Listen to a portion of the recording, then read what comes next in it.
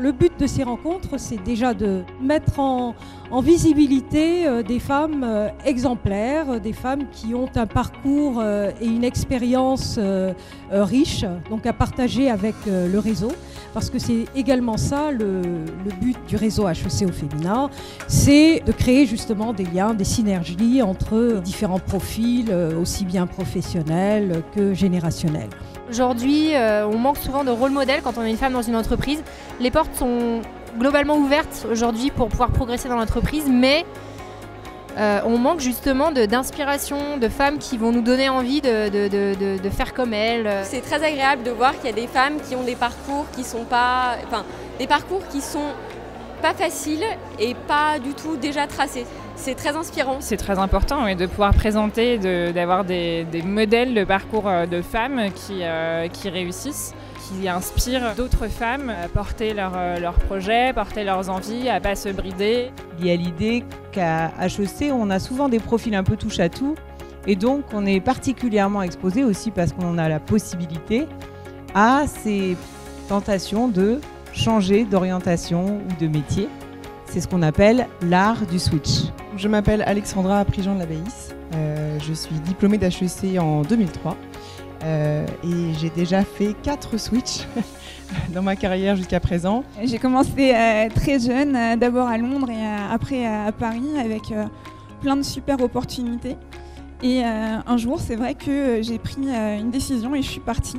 Je coulais des années assez tranquilles chez Deloitte où j'avais quand même choisi le secteur public puisque j'avais quand même cette petite musique de fond de l'intérêt général et donc je passais ma vie à dire à 2h du matin en train de faire des PowerPoint non mais de les manières, je finirais par faire un vrai truc utile, j'irais aux apprentis d'Auteuil. Pour moi, le challenge le plus important dans le switch, généralement, c'est en fait cette capacité à bouger alors que tout va bien. Je pense que souvent, quand on parle de switch dans des carrières, on se dit il y a eu une espèce de rupture à un moment, il y a eu un accident de parcours. C'est souvent comme ça encore que les headhunters ou même les entreprises imaginent les switches. Et je pense que c'est la mauvaise approche. Et donc c'est comment moi j'ai toujours réussi à des moments où tout allait bien à me dire mais justement je vais être plus utile ailleurs. Je pense que pour switcher il faut avoir toujours au fond de soi le pourquoi. Cette capacité à toujours expliquer avant tout à soi-même pourquoi on a fait ce choix qui donne à la fois une résilience, un recul. Je me suis fait confiance sur ce que j'avais envie d'être, donc de transmettre aussi assez tôt. Je voulais mettre mon énergie très tôt au service de mon propre projet. Voilà, il faut être, je pense, optimiste et aussi déterminé et ne rien lâcher. Je pense qu'on ressent un peu une urgence quand on a une idée en tête. Il faut se faire confiance, se dire que si c'est pas nous, de toute façon ce sera quelqu'un d'autre. Et je voulais pas être du côté des frustrés de ne pas avoir fait le truc alors que quelqu'un l'a fait à ma place. Aujourd'hui, donc, je suis le premier ingénieur forage de Total sans diplôme d'ingénieur. Et je travaille sur une plateforme pétrolière. On a une vision beaucoup trop rectiligne des parcours en France. On valorise trop les parcours rectilignes. Tu l'as dit toi-même, tu as réussi un switch que tout le monde disait impossible, qu'aujourd'hui encore je pense qui impressionne vraiment tout le monde. Techniquement, comment est-ce qu'on vraiment, concrètement, comment est-ce qu'on passe de analyste en corporate finance à la direction d'une plateforme pétrolière, d'une plateforme de forage? M'as-tu expliqué ce qui n'est pas exactement la même chose?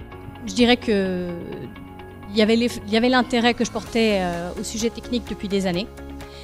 Il y a eu cet élément de hasard, ce collègue qu'il a fallu remplacer. J'ai transformé l'essai.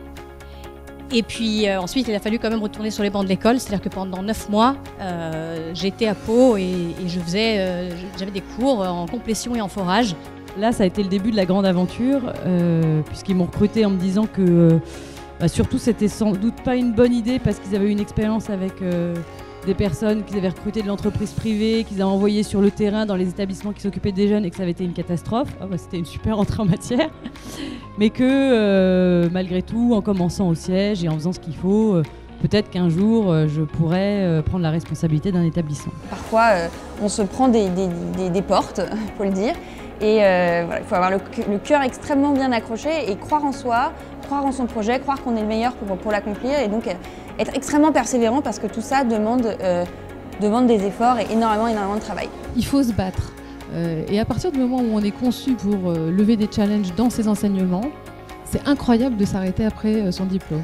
Il faut chercher à rencontrer d'autres domaines, d'interdisciplinarité, d'échanger avec d'autres, se construire avec les expériences, avec les cultures des autres, les échecs, les constructions, le travail de groupe extrêmement important. Et je leur dis, ouvrez-vous, ouvrez votre esprit, sortez de la France, allez voir ce qui se passe ailleurs.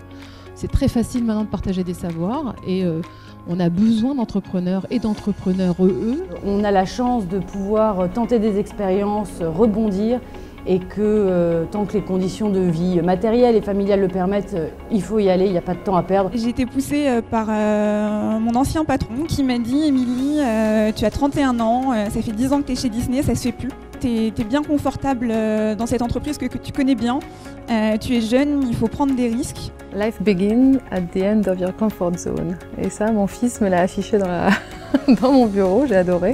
Donc il m'a dit never give up. Chaque switch est individuel, il y en a qui ont des vrais choix courageux, il y en a qui ont été vraiment des solutions à l'origine de repli, même si je suis très très heureuse aujourd'hui. Je dois vous dire qu'à chaque switch quasiment, les gens me regardaient avec des yeux ronds en me disant mais pourquoi tu fais ça en fait? Quel est le secret pour un switch réussi? Je pense qu'un switch réussi, c'est un switch où on commence sa réflexion là où on veut arriver.